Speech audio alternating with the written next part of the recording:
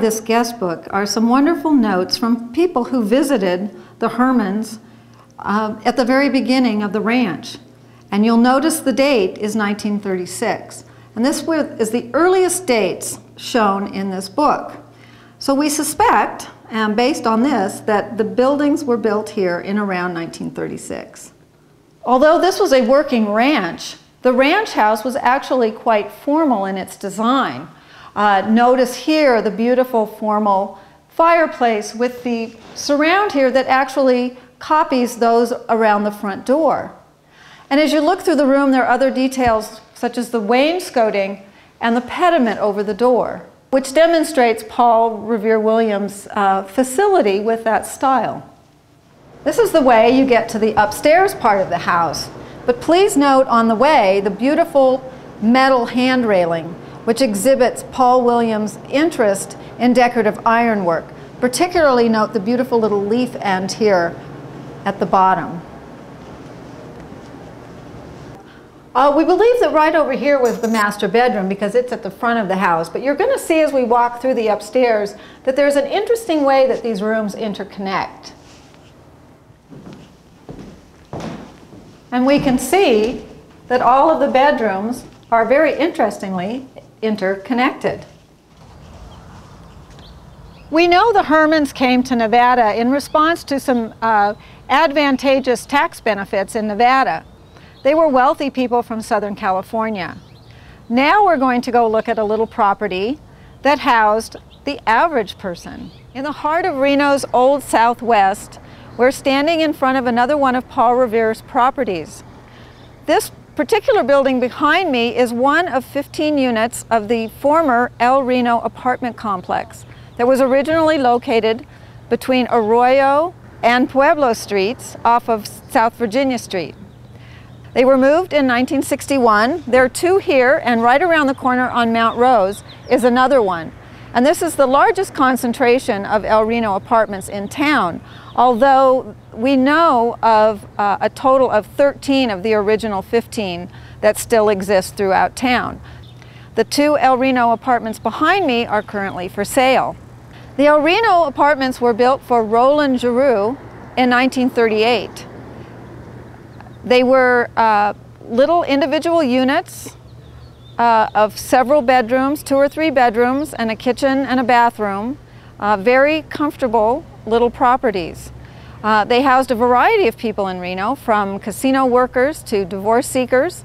And if you look up on the roof, Paul Williams had this wonderful air circulation method to keep the rooms cool, and that is the rooftop turbine.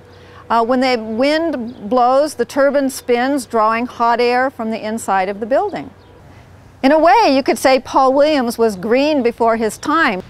The characteristic features of the El Reno apartments are these lovely bay windows in the front with the casement windows, and also the ironwork over the porch. Each one of the El Renos had that, and many of the ones still existing continue to have those elements. Paul Williams' design for the El Reno apartments was basically all modular. The exterior consisted of metal panels that he intended to look like wood, and he was very successful because really the only way you would know is if you were lucky enough to get that metal sound by tapping on it, and by feeling under here you can tell that it's a very relatively thin piece of metal, but it's distinctively metal. The idea to make it look like wood was that he wanted it to look like a real house, but in fact all parts of it were modular. The inside was also of modular materials, all man-made materials. These wall panels are made out of what was essentially an early fiberboard, intended to give insulation, but to be inexpensive and easy to take care of because he knew these were going to be rentals, I suspect, and the sense of these homes was to be easy care, inexpensive living. The floor plan of these little units was very compact, consisting of a couple of bedrooms, a bath, and a kitchen, and it was intended for an average worker. I want to point out the incredible quality of light that comes through these metal casement windows that were very common in that period. And off the kitchen and connecting to the bedroom is the little bathroom. In this case, in this unit, it is fairly well intact with the original sink and the original bathtub. And the reason we know this is the original sink is because of the shape and the use of the legs, which was very common at that period. Remarkably, this kitchen contains many of its original features. The sink and the metal cabinets would have been original, the countertops. And this stove appears to be something that would have been original or at least appropriate to that period. So the kitchen really gives us a feel of what it would have been like to live in an El Reno in 1939 when they were first built. And look over here in the steel cabinet. It still has its label that says Modern Steel Cabinets by the Modern Equipment Company, Geneva, Illinois. This was early kitchen cabinetry. Originally, the early kitchens didn't have cabinets. You had something like a Hoosier cabinet and a big table in your kitchen, and that was your workspace. But now with these modular units, women had all of the conveniences of having storage in their kitchen and these wonderful metal cabinets. Paul Williams came out of a movement of the early 20th century where architects were interested in providing good architecture for the common man. The feeling was that architecture as an art form should be able to enhance the lives of average Americans. I'm sitting in front of Reno's beautiful Truckee River. We're actually just a little bit upriver from the first Church of Christ Scientist that Paul Revere Williams designed in 1938. While working on that commission, he met Anna Loomis, who was a member of the church. And for her, he commissioned the Loomis Manor Apartments. These apartments are in a completely different style than we've seen today. They're Art Deco and Art Moderne, done in late 1939. They're in a U shape around a central patio, which he loved so much. He loved incorporating landscape features with his architecture. And right here through this decorative ironwork, you can see one of the original signs on this patio wall. It says Loomis Manor, 1045 Riverside Drive. The architectural features evident here in the patio are these wonderful Art Deco door canopies and the glass block windows, in addition to the horizontal nature of the design. These glass block windows are over the stairwells, and you're going to see from the inside what remarkable light it provides.